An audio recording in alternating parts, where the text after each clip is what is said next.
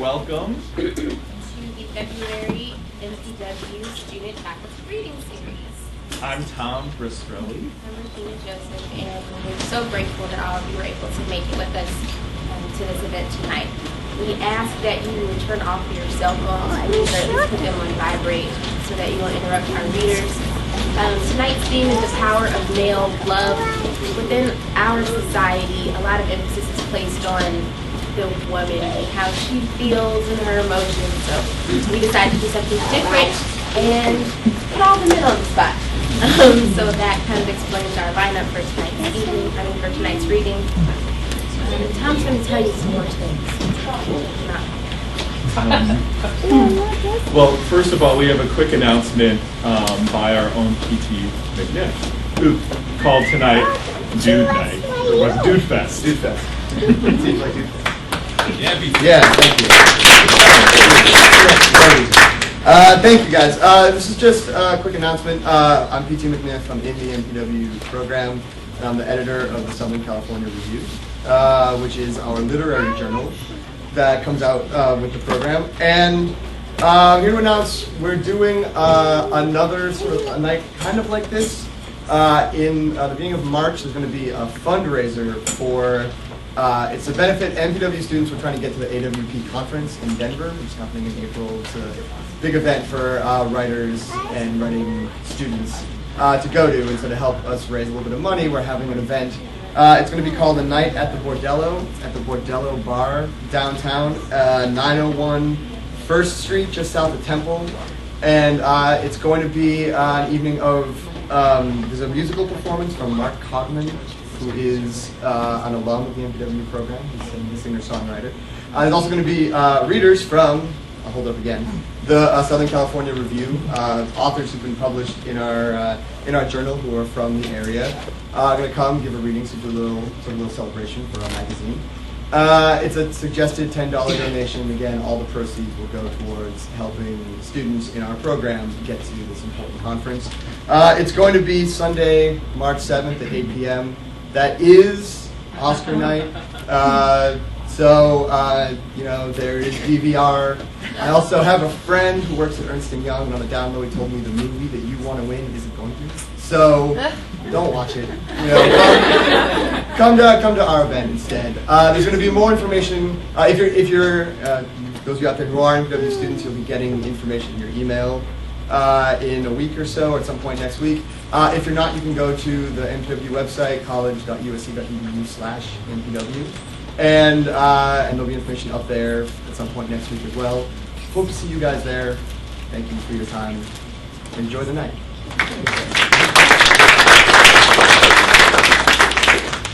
and we just want to extend a special thanks again to William and the Barnes & Noble for having us here tonight and supporting our program.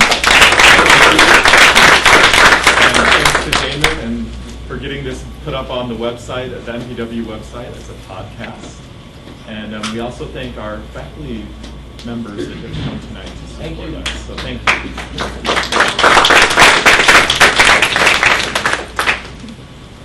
Our first reader is a second-year fiction emphasis. His first experience with love was the day his older brother John beat up a kid who was trying to steal his spot in the arcade game, and then took it over himself to win it for him. Thanks, Jonathan. He loves you too. And something you may not know about him is that he pulled his teacher's seat in the second grade. Out from under her? Yeah, out from under her. Her name was Mrs. Rich. And he took the consequences like a man with no regrets because she had it coming. His family is his inspiration, and he would beat up any kid for them. We give you Bryan Gonzalez.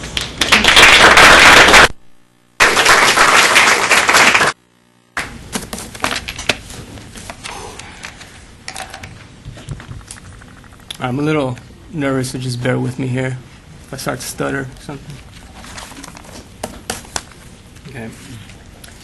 It's 9 p.m. on a Saturday night, and my younger brother Angel sends me a text. "When are you coming home?" he asks. It's been a long week of school and work, and I'm too tired to drive home that night, so I simply respond by texting soon. Angel sends me another text. "Danny's letter got here. You should come home." Danny's our older brother. He had been holding on to a secret for a long time now and had just recently decided to tell our parents about it. He had warned my brothers and I, but we still knew it would cause some tension. We weren't looking forward to his letter, but understood why he had to tell our parents. Daniel's been in the East Coast since graduating high school. He's come home on occasion, but not as much lately. It was a blow to everyone, especially Mom, but we, my brothers and I, took it hard as well.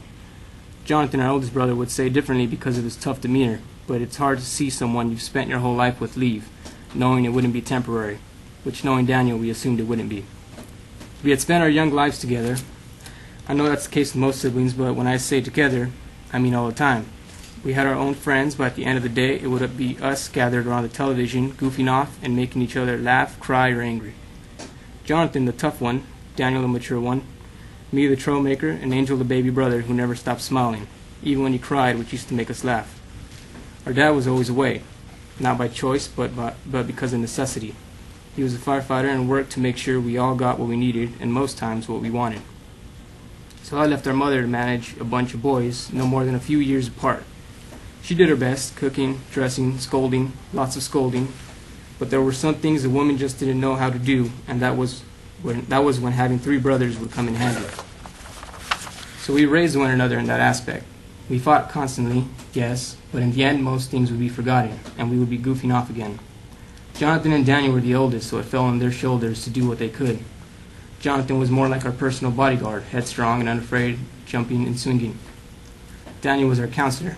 He was too smart for a child of his age and always knew the right things to say. He would help us with homework, babysit Angel and myself, and talk to us when something was wrong. I always thought he hated me growing up because of the fact I never left him alone. I was a troublemaker, as denoted earlier, so naturally our parents would pair me up with a trustworthy son, Daniel. He hated it. We would go everywhere together, the store, parties, school, and even church. Daniel knew I was a handful, so we had to be on guard constantly. We were always at each other's throats. I had a temper, so he would piss me off on purpose and get me in trouble so that I would get grounded, allowing him to have his freedom. On one occasion, he made me so angry I chased him all through the house until he found refuge in the bathroom and locked the door. I got upset that he wouldn't come out and fight, so I kicked the wooden door. I kicked the door so hard my foot went through it and stayed wedged in. Daniel came out and helped me get my foot out, but the damage was done. Dad saw the hole, grounded me, and Daniel had his freedom. I'm sure his intention wasn't for me to get into that much trouble, but that's just an example of one of our many arguments. We were close in age, the closest actually by only 2 years, so I think that attributed to our constant clashing. Age didn't matter though. Even though he was only 2 years older, Daniel was different. While he was still one of us and loved him just as much as he loved us, he wasn't content. That was Daniel though. Ambitious. He needed to do more than stay in the small city of West Covina in Southern California. While he was always there, he wasn't like John, Angel, or myself. Sure, he would participate in our shenanigans as well as the aftermath and consequences, but he was still different. Not necessarily a bad thing, he was his own person. As we grew older, he didn't enjoy sports as much as us. He liked watching different television shows and movies, and sometimes he simply liked doing his own thing. He couldn't be himself anymore. Jonathan knew it, and I knew it. Angel still didn't know much. Being raised in a traditional Mexican Catholic home, Daniel felt the pressure to behave a certain way, and it just wasn't him. So he studied his ass off, chose to become a psychiatrist, and left to Princeton, leaving us here in California. Recently, Daniel decided to break some big news to our parents, something that didn't really surprise John, Angel, or myself, but could be seen as shock to our parents and our baby sister, who had joined the siblings at a much later time. It made sense. Daniel wasn't himself in California. He left to have his freedom, and now he missed his home. So we knew this day would come when he would have to break the news to our parents. It just happened to be in a letter on this weekend after a long week of work and school, and now Angel was texting me. I had somehow acquired the responsibility of being the go-to brother in Daniel's absence and Jonathan's own task of raising his family. I was tired and didn't really feel like driving home, especially on this weekend when Daniel's letter had arrived. But I knew I had to. I texted Angel back, "I'll be home soon." I got in my car and started to drive. I was staying in Los Angeles, so I had 20 minutes to think about what it was I was going to say or hear. Daniel's letter was most likely a big shock to my parents, especially my father, who had tried his best to raise 4 men while managing a profession that took him away from us. To know what he was thinking would be impossible. Luckily, he was away at work this weekend and had only heard about the letter. Meaning, I would only have to face her mom. Angel, Jonathan, and Luli, the baby sister, had already been home and witnessed her reaction. I was the last one left. As I sat there in my car driving, all I could think of was my brothers and I when we were kids. His letter didn't change anything. Daniel was still my brother, Sure, he made me kick doors and get into trouble, but we all fought. Daniel put up with a lot of me also. There was this one time in Mexico during our yearly summer visit when I had decided to tag along with him and our cousin Hepsi. He was against it as always, but our mother made him take me along. We walked over to the border of town where there was a shallow river. There was a small dam constructed of rocks stretching across the river. On one side there were jagged rocks a good 10 feet down, and on the other side water. Hepsi and Daniel liked to go on these adventures, so they decided to cross to the other side. Daniel told me to wait there so I wouldn't get hurt, me being about 10 at the time and Daniel 12. I told him I wouldn't. They had gone across, and once he was too far to stop me, I began to cross also. Daniel was shouting at me to go back, but I wouldn't listen to him. I kept on walking. There was a tire on one side of the dam, which I happened to think was attached to the dam, which logically it wasn't. I stepped on the tire and the tire sunk. I lost my balance, causing me to fall. I was lucky enough to fall into the water side. The water was deep and green, so I was terrified. Daniel somehow managed to get to me from way across and help pull me out. We made our way back to the flat land, and while he scolded me about going across, I thought about how much trouble I was going to face with my parents. Daniel had me. All he had to do was tell our parents about my stupidity, and that was done. Grounded for the rest of my stay in Mexico for sure. He didn't, though. He and Hepsi instead devised a plan to get me back home and change. I was missing a shoe, drenched from the neck down, and smelled like dirty water. Luckily, John and Hepsi's older brother were biking towards us at that very moment with little Angel on John's back. Daniel explained, and Jonathan went home to bring me a towel and a change of clothes. We bought Angel ice cream, and he didn't mention a thing. He just smiled and licked away. I went home, showered, and left Daniel in peace the rest of the vacation as a show of gratitude. My brothers, including Daniel, had bailed me out. Dad had been gone for about 7 years now and counting, but it was time like this that had made it hard for me to really stay upset at him. The letter changed things, not with us as brothers, but in general. I knew that, but it didn't matter to me. I just missed him. As I drove home, I didn't know what I could possibly say to make things better for my parents to accept this big news. I guess I was going mostly to show my face. My parents had to have known. Signs were always there. Daniel hung out with girls, but never really dated any of them. All these years in the East Coast, and he never once mentioned a girlfriend. He was always way better groomed than John, Angel, and myself, too. Daniel was one of us, but he wasn't like us in many ways. John liked Snoop Dogg, he liked Alanis Morissette. Angel liked to eat, he liked to cook. I liked to watch cartoons, he preferred to watch soaps with Mom. I got home late Saturday and parked out front. I turned the engine off and sat in the car. I didn't want to go in. I just sat there. I felt a vibration on my leg and thought I was having a nervous reaction, but it was only my phone. I reached in my pocket and pulled it out. Daniel was calling. I smiled at the coincidence and picked up the phone. I greeted him with the normal "what's up." He informs me that John had called him and told him our parents had received his letter. Chuckling, I confirmed that they did, and I'm outside the house too afraid to go in. He's quiet for a few seconds and asks me if I think it'll be that bad.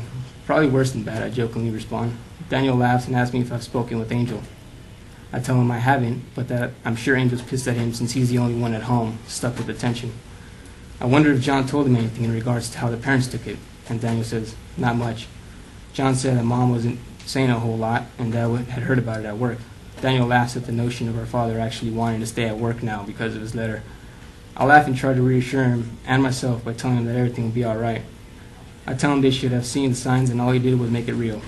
We stay quiet for a few more seconds, and Daniel tells me I should go inside now. I tell him he should try to get some sleep, which he scoffs at. Daniel wishes me luck with my mom and tells me he'll call us tomorrow. He apologizes for the mess he created. I'll let Daniel know he had to tell them at some point. I feel bad for him having to apologize and miss my brother more at that moment than I had all day. I unlock the car and say, "Good night, Danny. I love you, man." Danny is quiet. He begins to laugh as he mutters, "Love you too, you homo." We both laugh.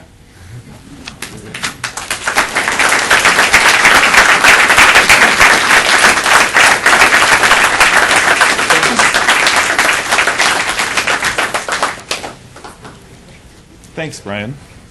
Wow. For those of you who gathered, we have a whole first row. Yeah, there's a whole that's empty front still row. Available. So come on up. If you'd like to sit down. Okay. There's still room if you all want to sit. We got 4 more seats, so 2 more after these guys if 2 more people want to come up. All right. Any more? Still 1. Thank you so much for that, Bryan. So you start this time. Okay. Our next reader is a second-year student with a fiction emphasis. He's a closet romantic. His first experience with love was Sarah Goulet or Gillette. Sarah Gillette with a U. Gillette with a U in 6th grade. They sat next to each other in the back row in homeroom and wrote notes. And then she'd do weird gymnastic stretches on the floor beneath her desk and make him laugh during study hall. Oh my gosh. He plays competitive kickball. Consequently, he goes to the emergency room often and keeps crutches in the trunk of his car.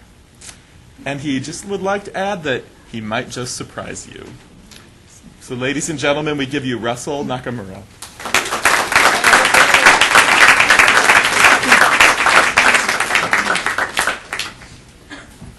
How's everyone doing tonight? Good? Well, I'm the idiot that thought it was a Valentine's Day theme, not a bromance kind of theme, so just take it in stride and don't judge. You guys know who you are. That's good. It's all good. It's love in general. Exactly. Okay, this is called Promise. I don't love you. She says it with a lilt, then puts a finger to her lips, desist for sake of our guests. Her palm on a frame of polished oak, arranged with delphinium and lilac. She turns her hand, daylight on white satin sleeves, and removes the ring. He feels no sensation except in the well of his mouth, a wet, chalk-like taste. Moist, residued foil, an unlocked box container. Soy milk. Then it's that dim morning 12 months earlier in May when, in the kitchen, he encounters a note. In so many ways we've done life together, it begins, on butter-white paper, rutted and downy like it had gone through the wash. How did she fit this envelope? How many drafts had gotten ruined?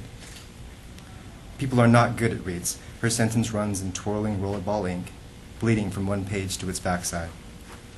And no, you sacrificed not because you're virtuous. It made you feel like a good person, because you wanted recognition, because when you consider behavior, people are inherently self-interested. It goes on, angering him, belittling everything he stood for. But this wasn't argument. It was oratory. He puts down the note. Dust and sunbeams creep through drawn blinds over the sink, glinting on stems of hanged wine glasses they'd never gotten to use. Coffee blots on counter tile and, beneath the burner, copper residues of soup from an overboiled pot. She would remark of calling a housekeeper just to see what they cost, what they do, because they clean in places you wouldn't even think to clean, you know.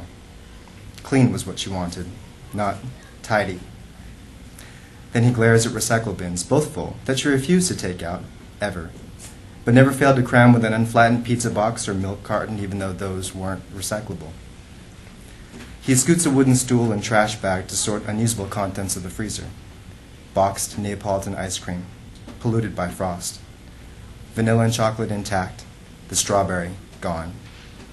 Cool Whip. Should it be kept frozen? Party ice. Cold. Then the refrigerator.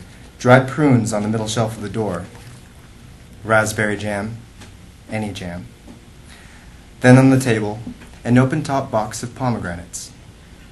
He almost forgets the bottom shelf in the pantry. She'd had him buy them in bulk from the cash and carry. 10 remain, wrapped in manufacturer plastic. Soy milk, because she couldn't handle lactose. Months ago, it had seemed an extraneous expense. He could barely finish a gallon of 2% before it went bad. 10 boxes. They wouldn't expire for a year. He opens one, a tart scent of wet, crushed almond. They'll sit for a year, he thinks. No one will touch them unless I try. Sips at night, a pour over cereal. It would go eventually, and, once I run out, I'll finally stop mourning. Now it's Carly, 12 months later, in her wedding dress, in a cool, narrow room beyond the entrance to the reception hall. Arms crossed, she looks away, tapping a shoe on terracotta tile. Chestnut hair up, in wrap fashion, beehive, although she hates the word, beehive. Loose strands bowed beneath her ear and chin, hazel eyes flickering, olive skin blushed, kissed by the frayed light of a half window. He feels stilted in his tux. If you don't love me, he asks, why are we here? She can say a number of things. Obligation, promise, or nothing. A woman never needed reason, except she felt it, or didn't. That was her advantage to him. He always sought explanation. Carly sighs. I can't love someone who doesn't think I'm intelligent. I do. You don't, she stops him. If you hide things, you don't respect me. It had been a slip of the tongue gone too far. Moments ago to someone inside, he'd uttered, you can't truly love your first love. They were post-teens together after all, and in their months apart, after that note in the kitchen, he'd felt he hadn't the discretion to know what it was. Love? He was young. What I meant to say is you had doubt, she interrupts. No. Then what, you'd hope I'd change? This won't go anywhere. Not with talk. He can give no proof. He recalls they were kids once, and she asked whether he believed in God, if he loved him. He said yes. Carly asked, sort of jokingly, do you love me more than you love God? Any answer was wrong. That was about when the I like yous went to silence. Carly's I like you, and his restrained sigh, to which she replied defensively and with a shrug, I do. Then it was him saying, I love you, and her frowning. Don't, she said, unless you mean it. No proof. No precise thing. But maybe that morning, when they first spoke, waiting on a stone bench for that shuttle bus, her damp, bunned hair, fresh washed, hints of lavender and mint, a brown cowl-neck sweater, fuzz from wool at her wrists, photos of kayaks in winter near Victoria, the way she described snowflakes on the eyelashes of seals. Or statistics, which he tutored. She made fun of his shirt and tie in front of the others, all she wanted, to no end, because a man wasn't supposed to hurt. Then early dates in his apartment, sitting. What kind of pizza do you want? I don't know. He'd go to his room, minutes later. Haven't you ordered it yet? It was this way. Cookies for a long drive, at a gas station, to know what she liked and what kind right now she wanted. He couldn't ask. She'd be angry if he was wrong. Then they would go grocery shopping together, fighting about eggs, how you're supposed to check everyone, not just flip the top of the carton. Why can't you just admit that you're wrong? Laughter. Criticism. The way he backed the car out of their parking spot. You hate me. And then she felt pain from a horse riding accident. What if I all of a sudden had back spasms? You'd totally care. He put on his sunglasses. No, I wouldn't. It went on, exchanges each one pettier than the last. A business party. She threw an entire dish of clotted cream before storming out, and then inquired what exactly he meant by it was crazy, illogical, stupid. They couldn't make it. Not then. They were young. But once she was gone, those petty fights were precisely what he missed the most. He knows he's stubborn, and knew he cared when she told him over bites of warm, late-night cream of wheat, about her medical bills, worried one day she'll become uninsurable. He didn't know how to fix it. She didn't want that, and had just wanted him to listen. Then the day she found him at the steps by the laundry room, crying because of his job, wanting to quit, not wanting her to know. I don't want to burden you, he finally said. That's a lie, she cried, and then laughed from her nerves because she'd meant to say he wasn't a burden. Words, slippery when they meant so much, sometimes a shield. They'd had to learn to forgive easily. Carly had always had a flair for the dramatic. So now, when she said, I don't love you, on their wedding day, he knows it isn't true. She'd said it just to see if he would leave. We were stupid, Carly utters with shut eyes, the blush in her skin diminishing. We were hasty, maybe. He half steps closer. A squeak in his shoe lingers despite the murmur of guests beyond the wall. We were young, he corrects her. He knows better. He remembers. This is his curse. He can't forget things. He can't bypass them easily. Instead, he dwells in memory when she can just as easily forget. And he can't explain this to her. But, as he's discovering, he also can't hide. She knows when he pretends to be less intelligent than he really is. Too many things. Requisites. Can one truly love a first love? She cared for him, maybe. Maybe she esteemed the feeling of being that someone who could care for him. Maybe benevolence was a myth. Maybe they were incapable and were both that selfish.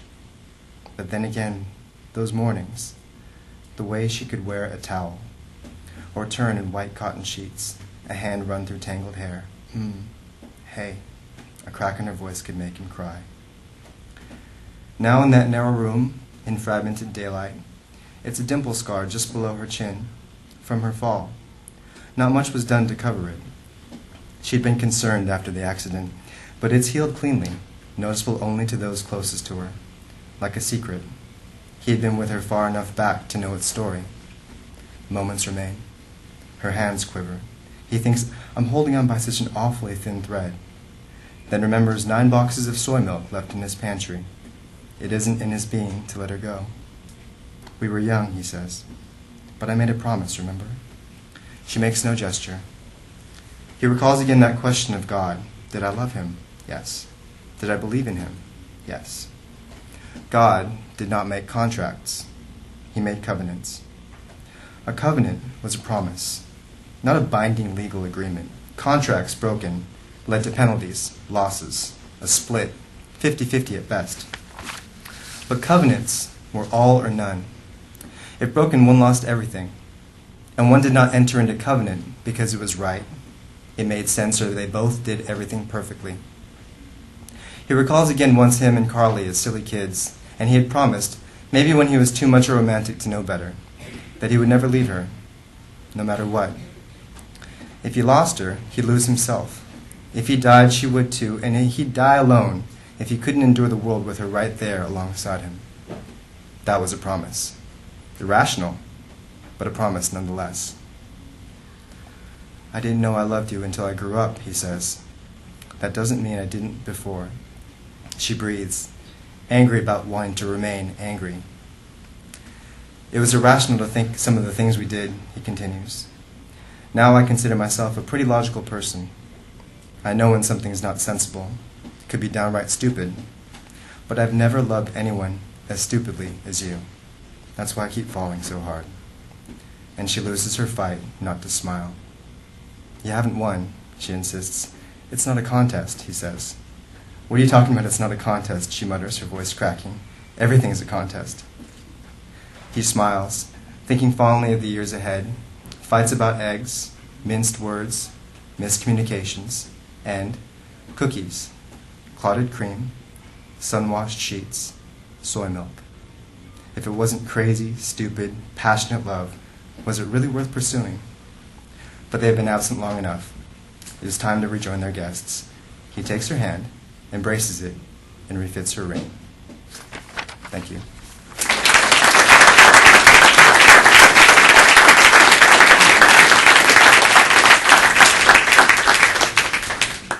Thank you, Russell.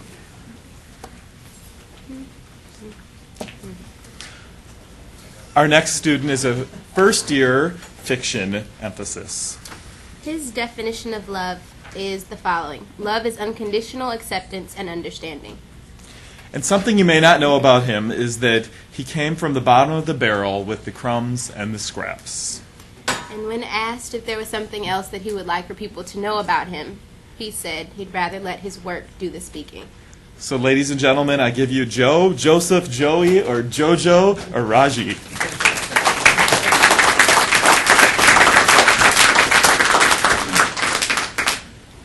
First of all, I'm used to projecting a lot for theater, but I want to thank everyone for coming out. I want to thank the whole MPW program, including some of these amazing faculty members that I've had a chance to work with, particularly Nan Cohen, Janet Fitch, Dinah Lenny, Sandra Singh Lowe, and I hope to work with many more also.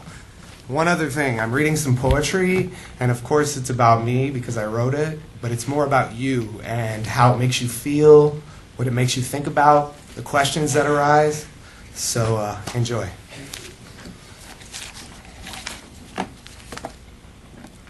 The first is called Anti-Anxiety Anxiety. Get up, sit down, stand up, sit down, to the left, to the right, take a seat and stand. Get up, sit down, get up, to the left, to the left, to the right, sit down. Think for a minute. Get up, take a seat, get up, take a seat, think about it, and rest for a second. After consuming a day's anxious unfurling with a mouth of monotony, the lips reveal no teeth at all for chewing the conflicts of concomitant criticality. Get up, sit down, take a pill, swallow it down with some water, get up, take a seat. Life starts to speed and speed until thoughts can't find an exit from the highway. The vehicle runs on some hybrid fuel with no intentions of running low in the next few meters of time. Life compounds interest, compounds trouble, compounds conceit, compounds double deceit. Start over without rebooting the hard drive when it swallows the memory and doesn't return the data.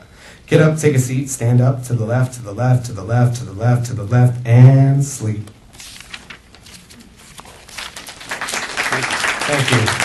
Now we're going to I just recently made a trip to Minneapolis. It was a little bit about some love, so this is what happened when I was on the airplane. It's called Minneapolis Mission. Sheets scurry across flats of frozen families, warm underneath blankets of business and bustle. Trickling trinkets of memories morph majesty, forming piles. Snowplows the plots of picturesque portraiture across patterns of modern sculpture and nomenclature, knowing frost, Robert, or ice. No one is without a device that makes the skates slice the nice nature of artistic embroider by modern makers. Sitting on the plane, watching the white stains halting the flight that remains, rain still and strained from the top of metal to wheels stalled until de-iced in the advice of the Christ. See the light in the dark clouds covering the sun, but not the glow. White below is all that shows the shoes of the throes, no melancholy or saying sorry, while the cold keeps the speaker hot with heart blood love covering the tough mud driveway.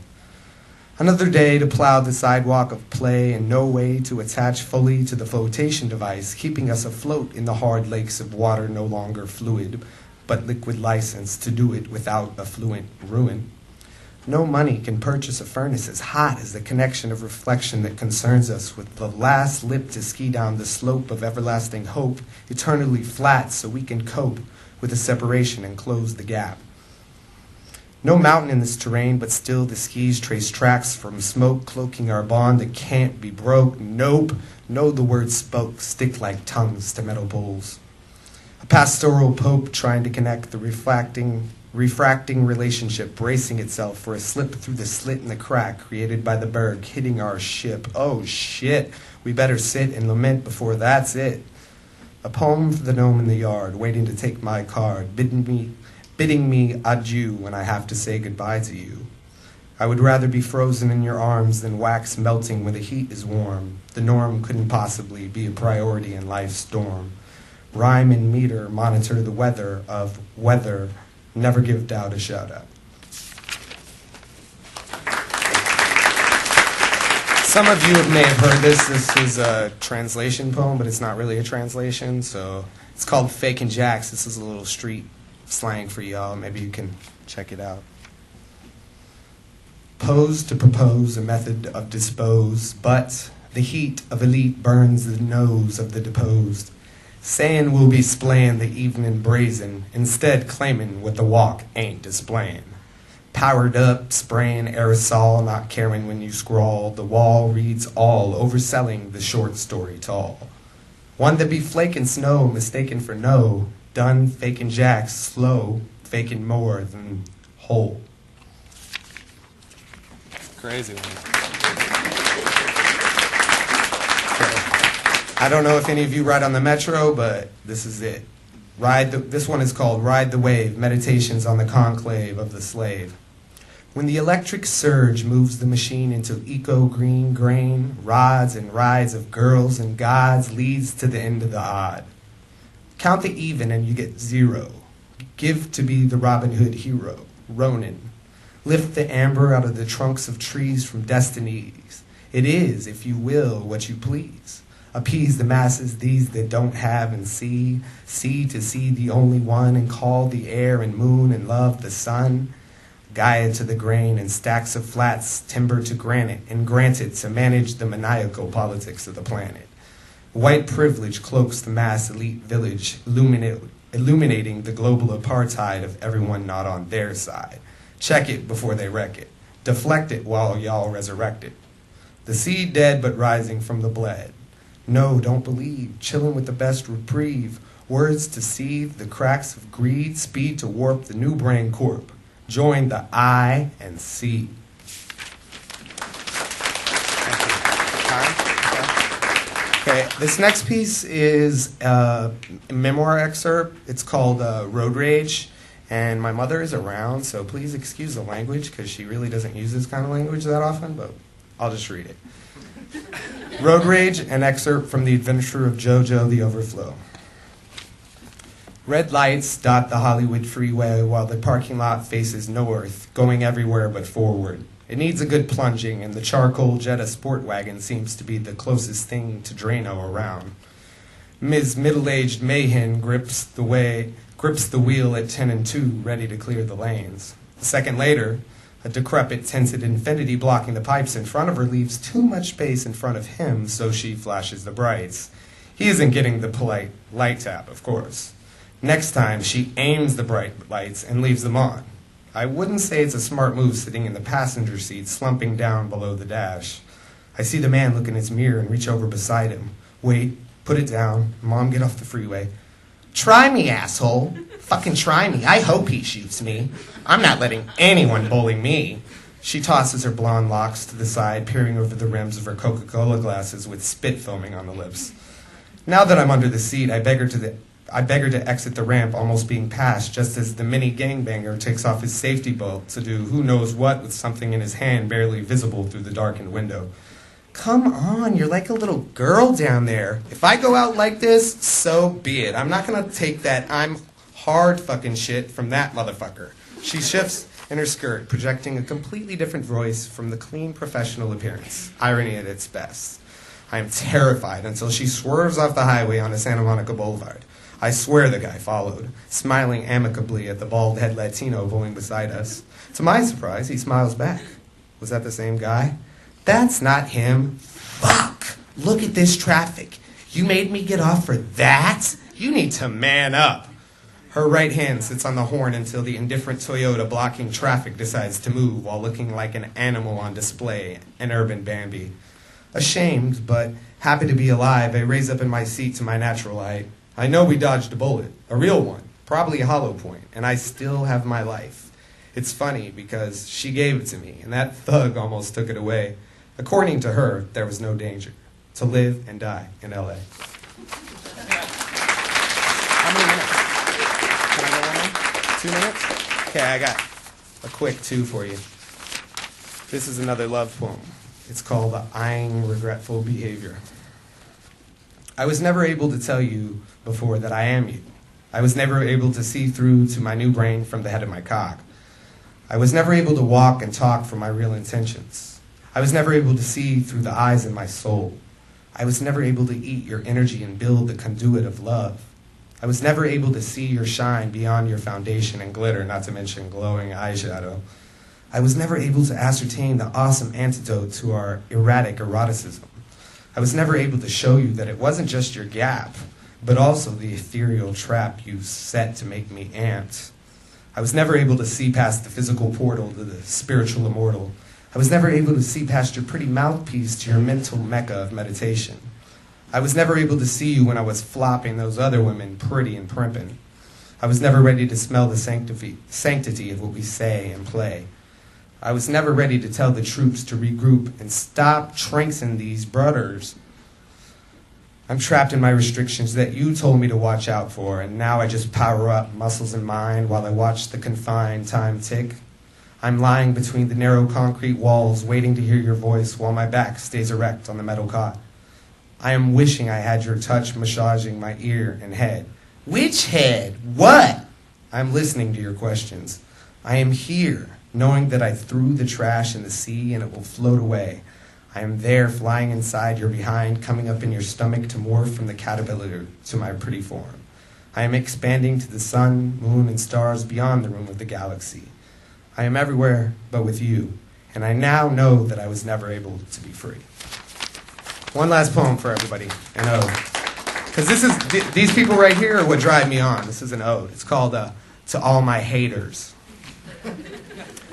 I love the unadulterated underling's unctuous enthusiasm as it spackles my salient symphony of activity. I adore adolescent geriatric gumshoes sucking my scintillating series from idea to institution, instigating disillusion, disdain from constitutions of refrain, till only I remain to crane my neck, inspecting the sect of somnambulistic, antagonistic, egregious misquips. I discomfit imps when innocent wimp pimps, these figures of malevolent intense relent, as I commit to unravel the prince, the pedestrian attempts at recompense. My breath is spent in dollars and cents, and it only makes sense to follow sense back to original, multidimensional, ethereal. Those under the feet become the street. When we meet, I entreat defeat to eat their conceit. Thank you very much.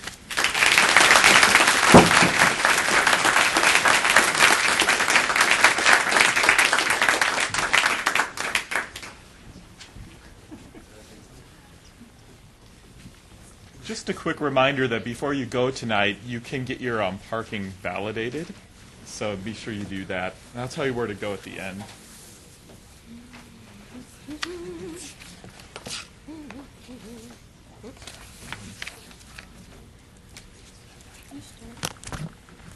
Oops. Okay. Our next reader. Oh, is everyone okay? Do we need to do a stand-up, reach for the heavens type of exercise, or is everyone okay? Trying to figure out what Feedback happened with works? Mike here. Great. Okay. Our next reader is a second semester student who has an emphasis in screenwriting. His definition of love seems to always be a work in progress, but could probably be summed up by a poem from Frank Bidart. Is that right? Frank Bidart? He says that true love is when two people stop looking at each other and instead start looking in the same direction. Right? Doesn't it hit you? Okay. Once a month, he sends his mom a mixtape of rap music to keep her young, and she actually listens to it and likes it. And he's a huge advocate of USC for graduate school, loves being a Trojan, and if you have any questions about the school or the program, you can talk to him after the reading. Without any further ado, we give you Kevin Avery.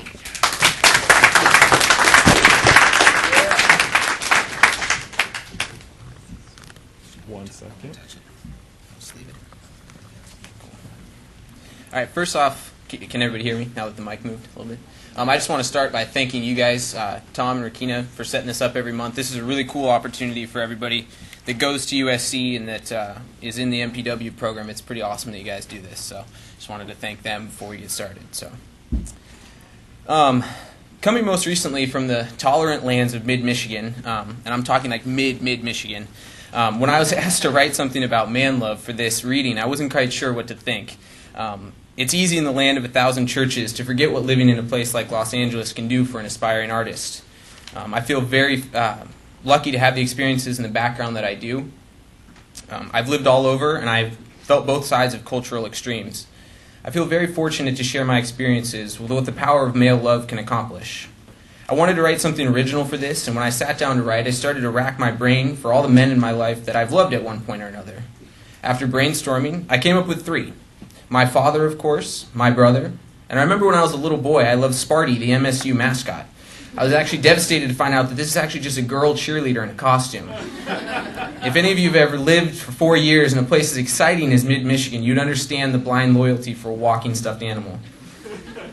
So in sticking to the guidelines of this prompt, I've decided that I'll only be talking about my father here tonight. Like they said, my concentration here at USC is screenwriting. Someone who gets to have fun with So quite honestly, I just like to think of myself as a master student in storytelling. Someone who gets to have fun with different characters that are oftentimes fictional. I'm more accustomed to having other people read my stuff and me getting the opportunity to listen, so this venture into nonfiction is a little new for me. I am, however, a strong believer that a story is a story no matter how it's told. We're all storytellers of our own lives, no matter how we dress it up. So essentially, this will just be me telling a story about the lesson of love passed from a father to a son. They tell me I've known my dad for 24 and a half years. I don't remember the day I was born, so I take their word for it. 24 years gives you a great deal of time to learn from someone, and more importantly, to love someone. I'm not certain of too many things in this life. However, I am certain that my father is the best man that I've ever known. Every day I learn more from him about the intricacies of being genuinely perfect at being nothing other than who you are. He's truly someone that I hope to mirror my effect on this world after. He's quite simply my role model. And just in case you need a visual with current events, I'm not using the term role model like the way Tiger Woods' dad was a role model for him, but maybe more like a better kind of guy's dad. If this were a screenplay, I might do a scene cut to someone like Anderson Cooper or Matt Lauer playing catch with their dads in the front yard when they were little. I didn't say I was a good screener, but I'm hoping that you get the point. That's the kind of father I'm talking about. The kind of fathers that teach, maybe even when they aren't necessarily trying. The kind that leave an impact through the memories of a childhood, through the stories of my childhood. When I was in the 4th grade, my father quit his job and my mother opened a bookstore. My father knew that someday he would retire. Someday he would have days with little to do. He knew that these days would inevitably come when he was too old to truly enjoy them the way that he wanted to. He knew that they would come when my sister and I were far beyond the years of living at home. So he took what he saw as a problem and he fixed it. He retired for 2 years in the middle of his career. He was there when I woke up and when I went to bed. He shopped for groceries, ironed clothes, took pets to the vet, and helped with homework. He spent 2 years in the prime of my childhood by my side whenever I needed him. Seeing that I was 11 years old at the time, the thing I needed him for most was teaching me how to hit a curveball. My father and I were baseball fanatics, baseball historians rather. Not only could we tell you who won the 1984 World Series, but we could tell you what pitch was thrown to Kirk Gibson on his second home run in Game 5 and why that was the greatest hit in Major League history. The only thing we liked more than watching baseball was playing baseball. And we played it. We lived it. I was even convinced this was the true reason my father left his job. We had full 162-game seasons, and they carried directly into the playoffs, and we played those too. We had double headers on the weekends. We threw high heat. We iced shoulders. We had rain delays. We even charged the mound. We played it like people were watching, even though Mom rarely did. She would only cautiously cast an eye when we'd use her as a foul pole while she sat on the porch reading. That year we got in the habit of playing every morning before I went to school. Every morning the same. He was the Detroit Tigers, I was the Los Angeles Dodgers. The only problem, the Los Angeles Dodgers were a half hour late to the 4th grade every morning. So once again, we had a problem, and my dad figured out how to fix it. He came to the logical conclusion that I wasn't late to school because we had full 9-inning baseball games before 8:45 every morning. There was no way that could be it. No, we were late because we kept out and having to chase past balls. We spent half our time running down tennis balls in the backyard like a pack of golden retrievers. We needed a backstop, and quickly, before I became a truant. We brainstormed until the solution was so clear, so obvious, so blinding, we couldn't believe we hadn't thought of it 6 years earlier during the season we lost 17 wiffle balls to the next-door neighbor's dog, Felix. We had a backstop. In fact, we had a backstop that came with a house. The only inconvenience was that it was attached to the front of the house while our stadium was in the back. And you never move the stadium. You just move the backstop. That's a piece of cake. We grabbed a wrench and a hammer, and we spent the next weekend ripping the garage door off the front of the house and strapping it to my rusted radio flyer. We carted that 3-ton wooden plank to the backyard, and in a matter of one fell swoop, our stadium was complete. Believe it or not, that spring I did end up finishing and passing the 4th grade. I started to get to school on time, and we even finished our backyard season. At the time, I was convinced that garage door came down that spring so that we could play more baseball. Looking back almost 15 years later, that door came down so a father could spend even more time with his son. So a son could learn what lengths a father would go to leave an impression.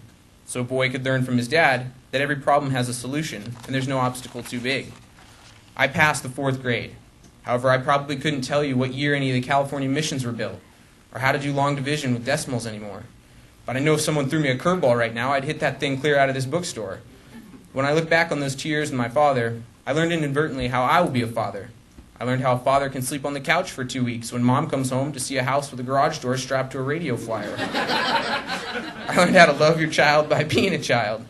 And I learned that someday when my son needs a backstop, we'll have one attached to the front of the house and we'll rip that thing down. I have only my father to thank for that. A few years later, my family moved out to a farm. We lived just outside of wine country, and I was convinced that we moved to build a bigger stadium. My parents were fine with this delusion. I want to start by saying a boy on a farm is a bad combination.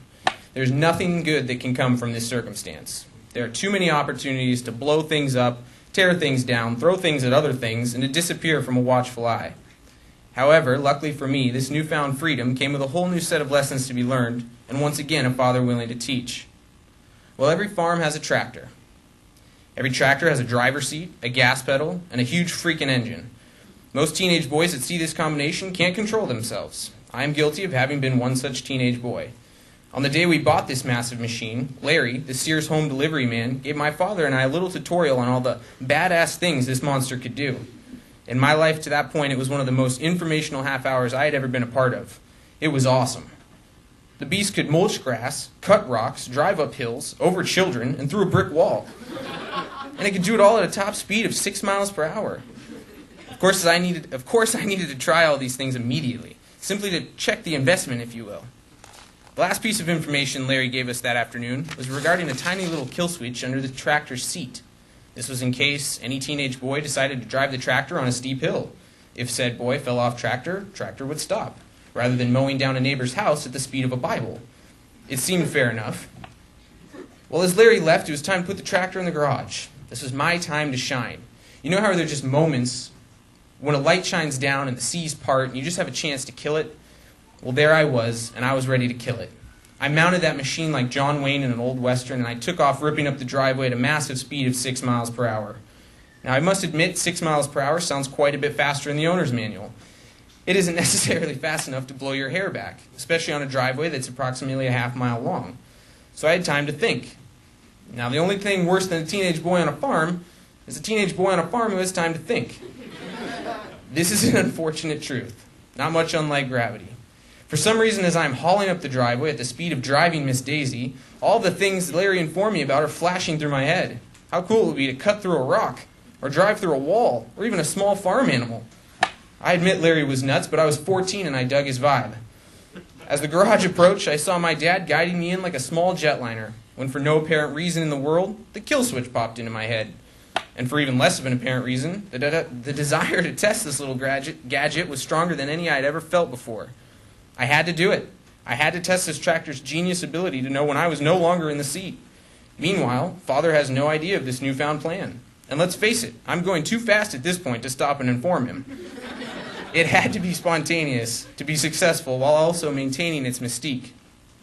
So as I'm about 10 feet from my father and the back of the garage, I execute the plan. I leap off the machine like Keanu Reeves in Speed. I barrel roll just a little for extra effect and expect the machine to come to an awe-inspiring halt right in its intended position. My dad would have to applaud this graceful act. Well, this would have been perfect, and my father may have been impressed. However, the small part of the story that I've conveniently left out is that Larry, the Sears home delivery man, was an idiot. The Avery family didn't buy the model with the kill switch seat on that hot summer afternoon. No, folks, they did not. They bought the one just below it. The one that could do everything Larry informed us about, right up until shutting itself off.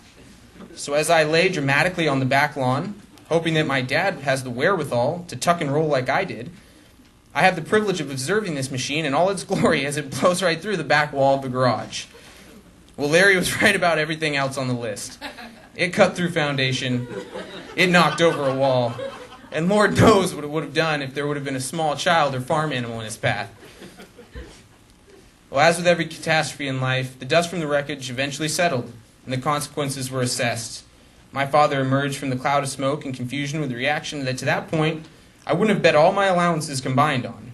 He gave a look that was perfectly in the middle between laughing hysterically, crying a little, trying to do long division in his head, wondering if anyone is hurt, wondering how good his homeowner's insurance was, and how it was that in his life, he had come to have a son like me. It was really one of those looks that only happen when all the elements perfectly align. The lunar eclipse of parental reactions, if you will. Unfortunately, I had seen this look several times already in my short life. Now, in order to truly appreciate the lesson learned in ghost riding a 3,000-pound tractor through the back of a brand new garage, I have to tell you a little tradition that my father has always had with me. Every morning, since before I could remember, my father has left some sort of message to start my week. It's either a little note or a voicemail. He calls it a Monday morning wake-up call, and he always talks about the weekend before and how Michigan State football or basketball is doing. He mentions Mom and my golden retriever Bailey. But no matter what the topic is each week, he always finishes it the same. The same phrases, the same order. He tells me that he loves me, that he's proud of me, that he can't wait to see me again soon, and that he misses me. Well, I honestly can't remember what my dad said to me when I parked the Sears tractor on top of the new house. But I remember that it happened on a Saturday, and that the following Monday I woke up with a voicemail on my phone. He told me that he couldn't wait to see me when he got home from work, and that he hoped the rain would hold off so we could throw a few baseballs. And then he told me that he loved me. Not too many men could teach a lesson with a 6-foot hole in their new house. My dad could. My whole life, my dad has been patient with me. He's watched me approach the fork in the road 1,000,000 times, wondering which is the right path to take. He's always told me that there isn't a wrong choice or a right choice. He's always told me that there isn't a bad choice or a good choice. There are just different choices. You can do anything you want, you just can't do everything. You can jump off a moving tractor. You can rip down a garage door. You can live with a sense of wonder that never dies. You can love someone no matter what. Well, in a world where there aren't that many certainties, it's nice to have a father that is certain of his love for his son.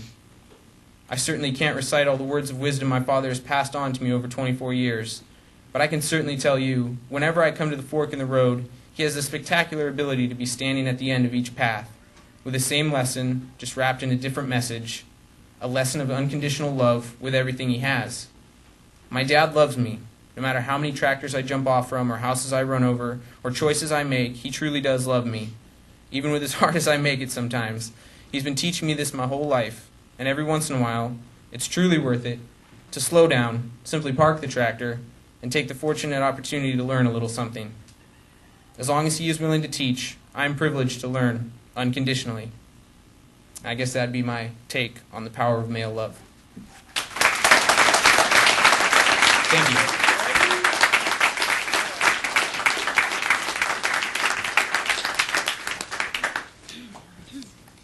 Thank you, Kevin.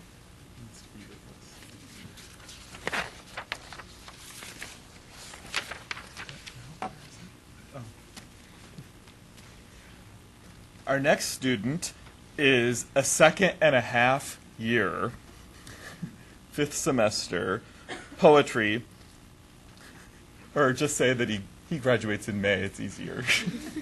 His first experience with love wasn't very positive.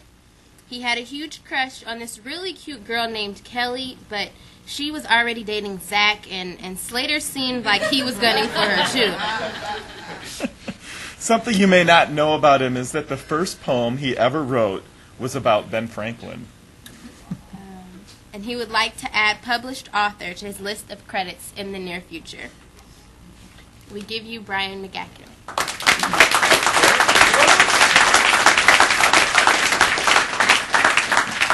So I'm going to read some poetry too. I forgot my bongo at home, but I think the dripping ceiling's going to do the rhythm just fine, so I'll be all right. Most of these are from a book that I just finished called Broetry, Poetry for Dudes. So I figured that was probably manly enough. This first one's called Ode to Taylor Swift.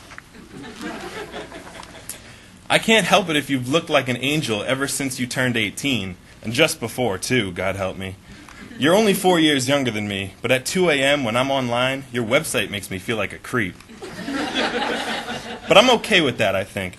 The problem comes when I'm at a bar and get too drunk and sing along to Love Story or that Our Song, and all my friends yell, "Dude, you're gay!" Because singing teen girl country is wrong. But I'm okay with that too, I guess. The real issue to be addressed is when I'm sober with no excuse. Today at the grocery store, I almost bought that Cosmo girl, but caught myself. I do have your women's health. Marry me, Juliet. You'll never have to hate my truck. I can't drive stick. I know, fucked up. And I don't even like country, but you're still the reason for the teardrops on my laptop. What's Tim McGraw got that I don't got?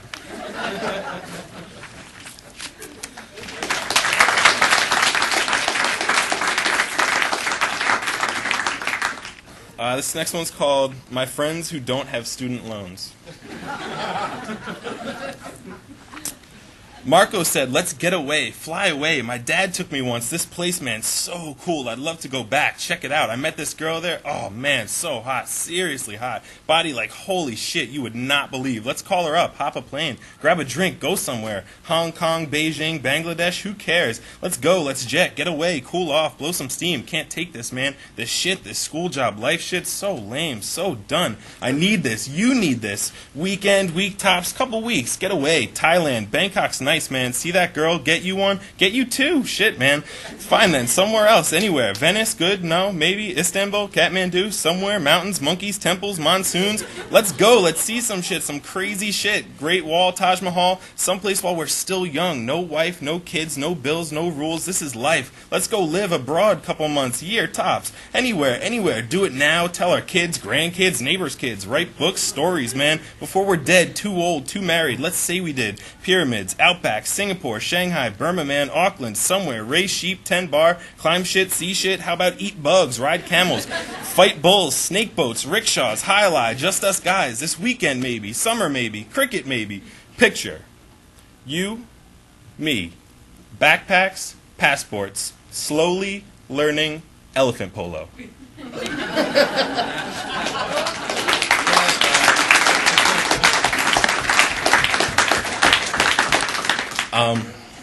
This is where the bongo would have really helped out. I've got a haiku for you. It's called Airport Dating Service. They should seat single guys next to hot single girls. Maybe charge extra.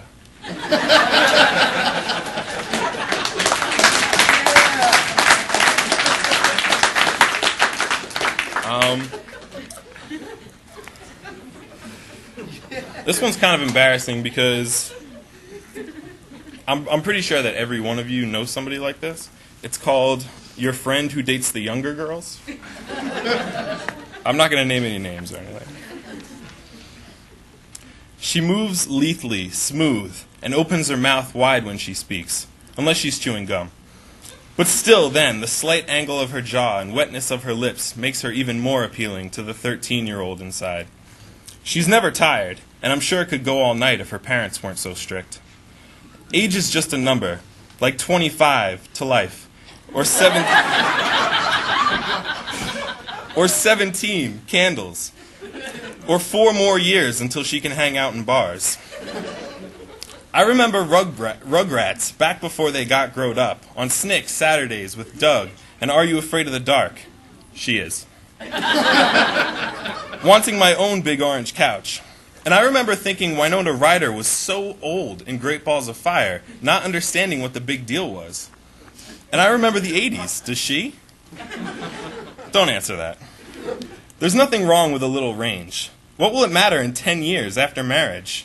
You'll be better off, beating life on both ends of the spectrum, still getting those girls you weren't finished with in high school, dying 12 years before your wife, thinking no one will ever leave you.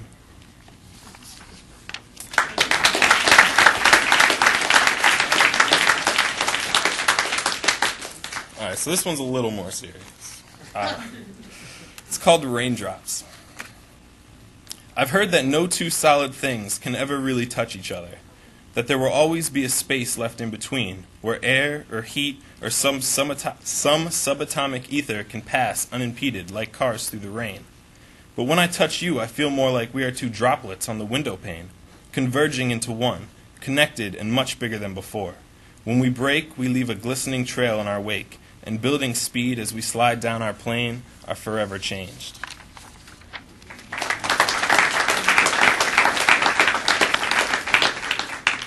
All right, so let's get back to the real stuff. This is called Writing is Hard.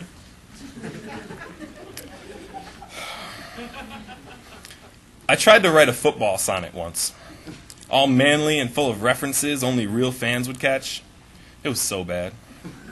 So then I tried to write a fantasy football sonnet, hoping to verbalize the underlying camaraderie and the way it parallels true aspirations. But holy shit, that one was somehow worse. Finally, I spent 3 weeks trying to write this masterful poem that would draw everyone together. Not just fans, but even my friends who hate the game, too. It sucked.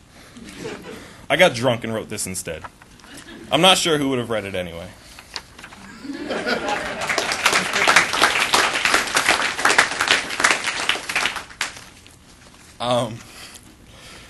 This one's called Kids Poem. I should probably take any kids out of the room, though. I'd love to touch your fingers, ma'am, the goat said to the okra plant. If I had lady fingers too, I'd hold your hand, stay close to you. I'd love to brush your unbruised skin, the goat said to the nectarine. If I could shed this coarse gray fur, I'd graze your cheek, would you demur? I'd love to lick your juices some, the goat said to the ripened plum. If I had taste buds more refined, I'd tongue your insides, would you mind? I'd love to eat your ovaries, the goat said to the cherry tree. If I were bigger, fully grown, I'd rise to reach them on my own.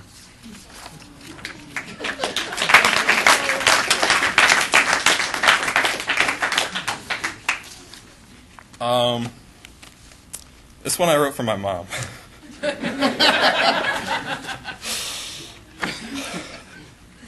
All right. It's called Department Store Time Machine.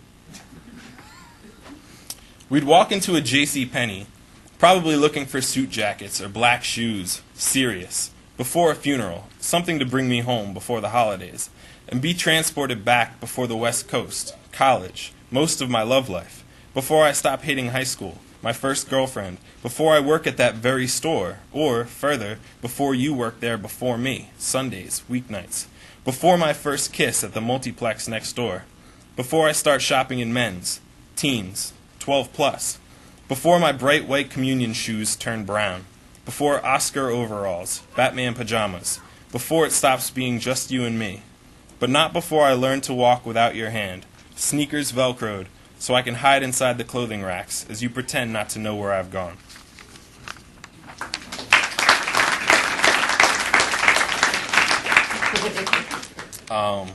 And then this one I wrote for my sister's birthday.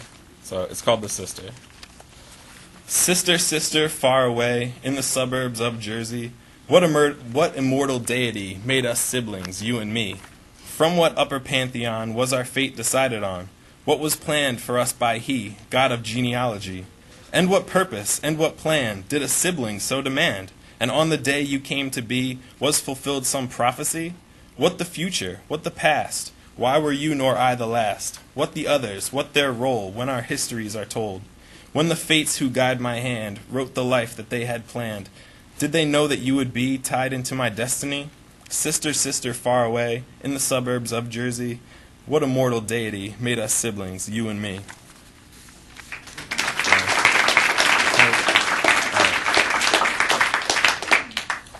All right, so this is the last one. It's called Tuesday the 13th.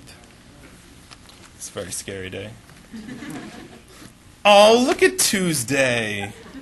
Are those Fridays all closed? That's so adorable. I'm sending this picture to my mother. Look at those sleeves hanging past his tiny hands, his arms raised up, trying to scare us all. So cute.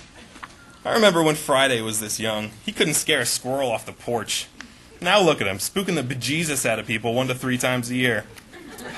He's such a good brother. You must be so proud of him, coming home from college for the weekend, hanging out with Tuesday, letting him be 13 for Halloween.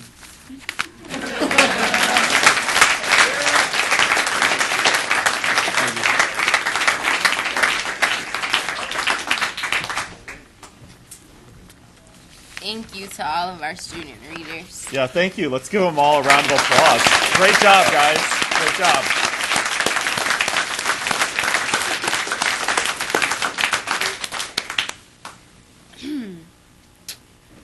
Aram Saroyan is an internationally known poet, novelist, biographer, memoirist, and playwright.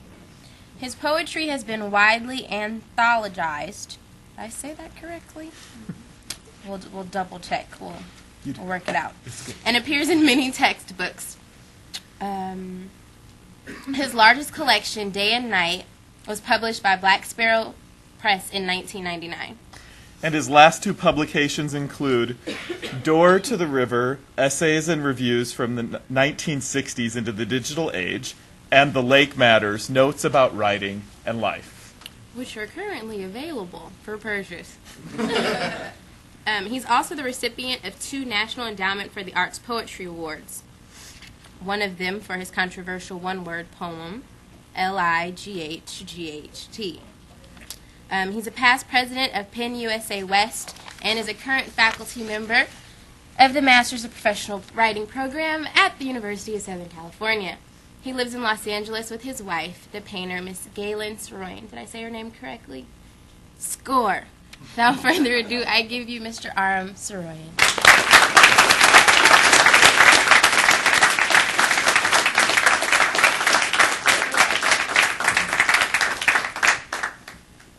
Thank you. I've been learning a lot.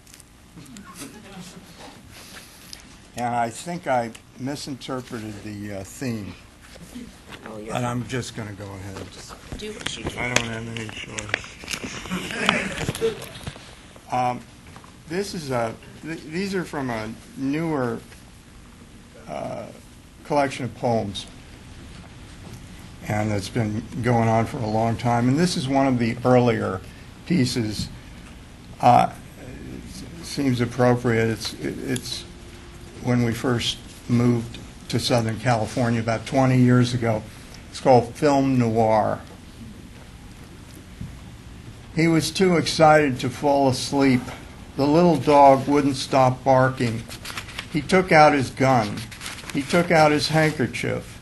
He took out his notebook. He drank his coffee and left a dime. He walked into the room. He took her in his arms. She let him in and walked out of the room. He ran down the escalator. He left the motor running. He waited in the rain. He needed something to tell the police. He went down unconscious. The blood drained from his face. His eyes melted into a smile. He dialed and waited, looking around. He took off his hat in the elevator. He rang the doorbell and waited. He poured the cereal and added milk. He opened the refrigerator and looked in. He turned the page and continued reading. He shut the door and switched the light on. He looked up at a plane in the sky. He put 3 pennies one on top of another. He squeezed onto the elevator. He took out his key. He helped her into her coat. He crossed the room and picked up the phone. He drove on through the heavy rain. He whistled for a cab. He turned the corner and bumped into her. She gradually surrendered to his kiss. He drove past the wrought iron gates. He lit a cigarette and waited. He lied to the police. He threw the dice and won. He folded the newspaper and crossed his legs. He sat down in the lobby. He tied his shoes and stood up. He put on his hat but didn't get up. He thought about her until he fell asleep. He said goodbye and hung up. He threw the dice and lost. He dialed and waited for her to answer. He left some money for her. He looked for her door number. The police arrived late. He walked into her building. He let her do the explaining. He gave up hope and begged. He locked his car and walked. She gave him that look of hers. He put a finger to his lips. He wiped his mouth and left. He slapped her across the face hard. He lit a cigarette in the dark. The police wouldn't understand. Her little dog slept. Her voice had an edge to it. Her hands were wonderful when she touched him. His mind might be playing tricks on him. The low hills reminded him of her. There was no way to cut his losses. He needed a shave and a haircut. The coffee did nothing for him. She was somewhere else when he called. Pain stabbed him as he reached toward the glove compartment. He needed a little time in the desert. He decided to head for the beach and then thought better. He needed about $5,000. He ran out of Luckies and crumpled the pack. He left his hat on in the car. Maybe he was ready to die. He checked his wallet pocket. All of his friends had disappeared. He remembered her naked body. He had almost no savings. He was at least 10 pounds overweight. He realized he was in love with her.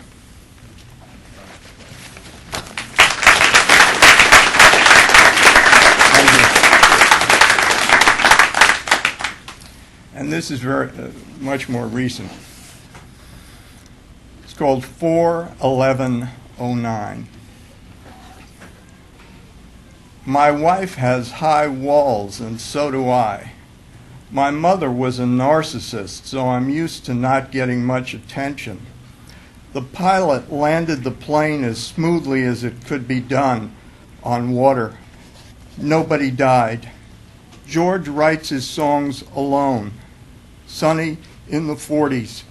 So sunny. Barack and Michelle. Take 2 a day. Hold my calls. Hello? No. Cloudy today.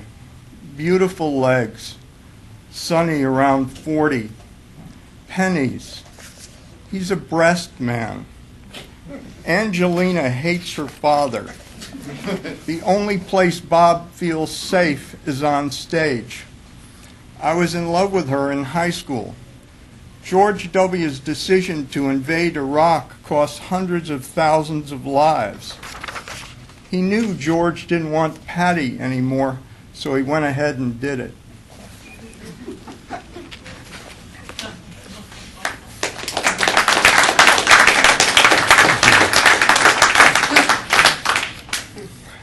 This is called The Clock in Literature. Would you mind if I headed up early, says the husband to his young wife. Follow when you like. Later that evening, the beautiful face and exquisite limbs will rise from the table of the Southern Inn, having been spied by the anti-hero across the room reading an indifferent book. Oh, quick, let a storm kill the light. But you might as well say it to a wall. We can't change a single silver setting or even by 1 day reduce the bright full moon. The clock in literature holds that moon. I know I can't say a single thing to stop you, says the old man at table to the suddenly risen girl, but sleep on it, will you? Not now, not ever. The clock in literature holds the ancient rune. I wonder if I might have a word with you, says the anti-hero to the lissom, dark-eyed angel.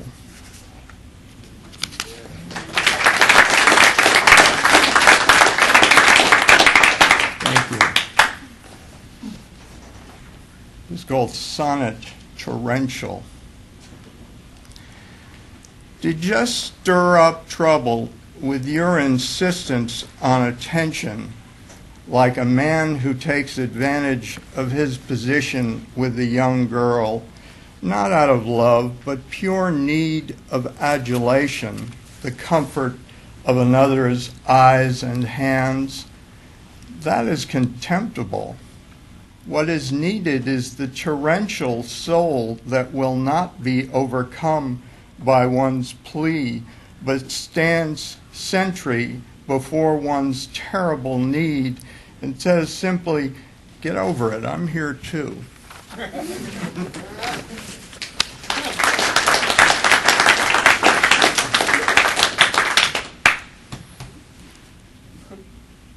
It's called Movie Star. Who speaks today of Rhonda Fleming?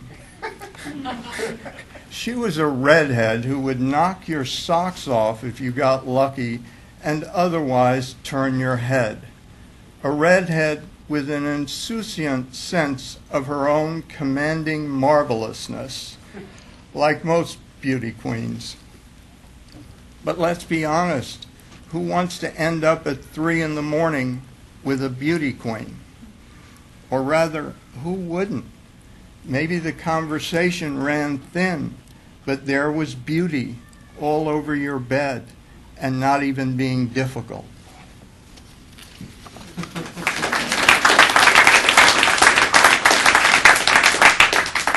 I got to get some more water. I'm like, oh, cool. Thank you. Would you like the Fiji? No, this is fine. Thanks. Since I dropped it.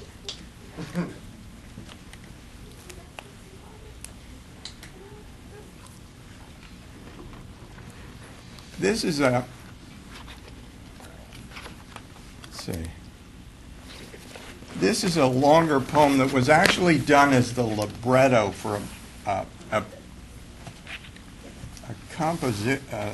musical composition about Gesualdo. Carlo Gesualdo was a 13th century early music composer known for his pioneering use of dissonance, who murdered his unfaithful wife, their infant child, and his wife's lover. And this is called Gesualdo, and it has an epigraph from Robert Duncan. It goes, my wrong, my most grievous wrong, in which comes this beauty. 1. Unlocking the notes I'd locked into a madrigal's magnetic field, the laughing Diavolo strode into my life. I should have fled. I should have fled the choruses and harmonies called fate. She was laughing. My wrong, my most grievous wrong, in which comes this beauty. And the Newman lay upon her like pollen upon a rose, all her parts given to that melding one finds in a madrigal. So she impressed my senses, and I forgot all the notes. The notes resound in praise of thee, Redeemer. Where shall I flee except to thee? Shall I tell her parts? But beauty is not beauty of cheek or ear, no more than several notes make a madrigal. She walked, moved, spoke, holding me strict in the deepening pool of her eyes like a passage of music cascades into wrist and arm, neck, or jet black hair, the lady's proportions the same that brought a wood horse to Troy. My wrong, my most grievous wrong, in which comes this dark-stained music. So I was stricken in the crucible of my time, not knowing music from China when I faced this lady's rhyme. 2. The state of opinion buzzes like bees in palace and palazzo, the cuckold the last to know. My wrong, my most grievous wrong, from which rises this blood-dark song. Who hears the deep note of a flute as if it extended the spine's speech and called upon heaven? I was a murderer in the same court the musicians of my time played in, Tessot trying rhymes in the summer night. I planned the murder with attendants as if they too were my players. My wrong, my most grievous wrong, in which comes this sleepless music. Executed the lady and her lover, like a viol's bow issues a chord, their blood ordered up as in a score by others' hands. Am I mad and damned to hell? My wrong, my most grievous wrong, in which comes this knife-pierced beauty.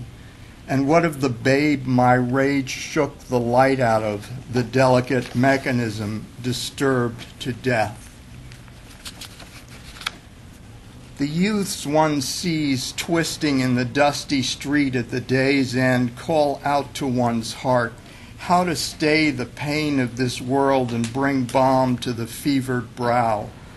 I was infected by fate, and the fate of Maria Diavolos infected me too. My wrong, my most grievous wrong, in which comes this death-echoed beauty. I see my death in stones and in the yellow haze upon the hills of Venosa. My wrong, my most grievous wrong, in which comes this blood-stained beauty.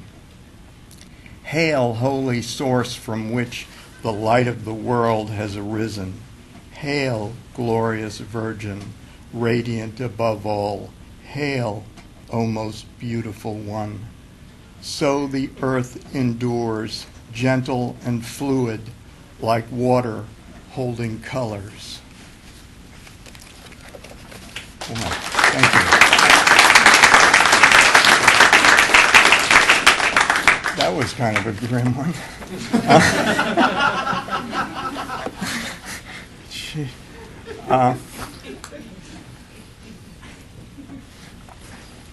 This is called Sonnet. Certain men like to write even while their girlfriend sits naked beside them on the bed with beautiful breasts and delicate sensibilities. They go on writing. Franz Kafka was like that, and so was T.S. Eliot.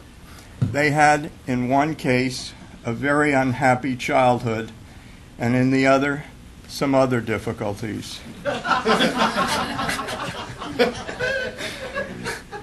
But this is academic. I may be difficult, but I'm not impossible. And if you sit naked beside me on the bed, I'll look up.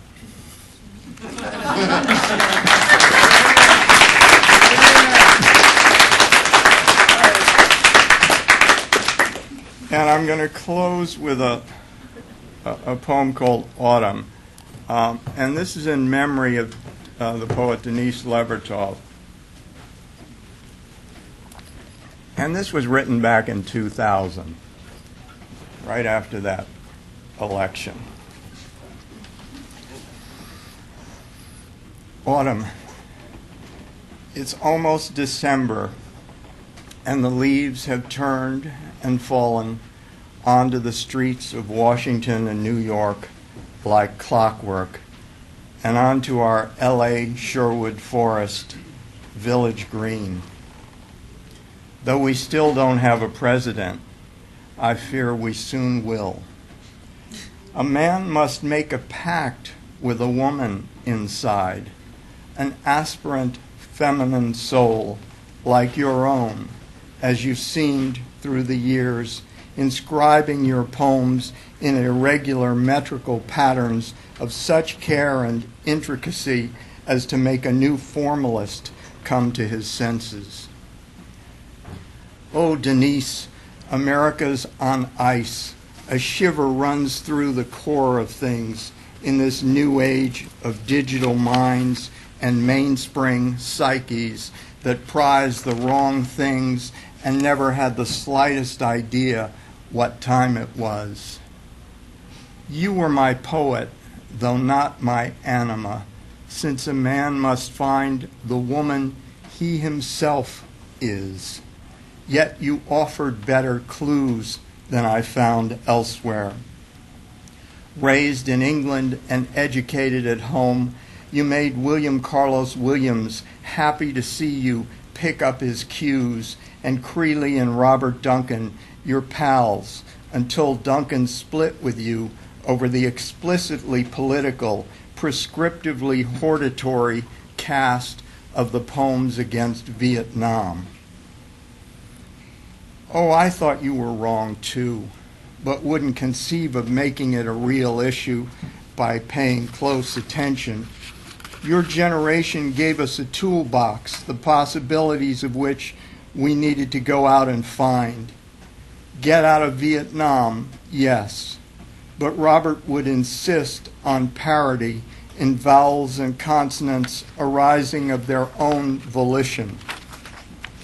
After the marriage with Mitch, you never married again and became, I heard, a lover of younger men. Well, good, if it made you happy, as I'm sure it did from time to time, as you went on inscribing the years in intricate syllabics, moments wedged by history, its black machines converging across the planet with the authority duplications seem to possess. If everybody's right, how can everything be wrong? Duncan deciding not to publish for 15 years so the force of his conviction might rise willingly. Neither of you can tell us what to do. The two of you together in history and in poetry within it, like jewels in the mainspring of a watch that keeps on ticking. Thank you.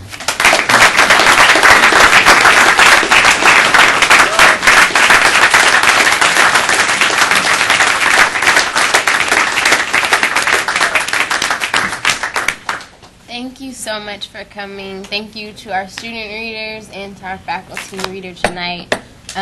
It's raining very, very profusely, so I hope you have umbrellas. On a brighter note, we have food, so please help yourself to some of the food and stick around and chat with one another. Someone will be at the third floor desk, which is directly behind us at the top of the escalator, to validate your parking. And next month we will be meeting on the final Friday of the month, because the third Friday of the month will be on spring break. And we'll be meeting at Equator Books in Venice. So, thank you. They closed? They didn't tell us, and we booked them. Well, okay. Well then. Thank you for letting us know that. I would have found that out next week when I called them. Well, we will let you know where we're meeting. You know, we'll be meeting at my apartment. This half bring cookies, this half bring the cider. No, I'm just kidding. And bring the tractor, because we'll need to knock out a wall so everyone can fit. Thank you very so much much. for And thank you coming. again Have to a our great student night. readers and to Aram. Thank you.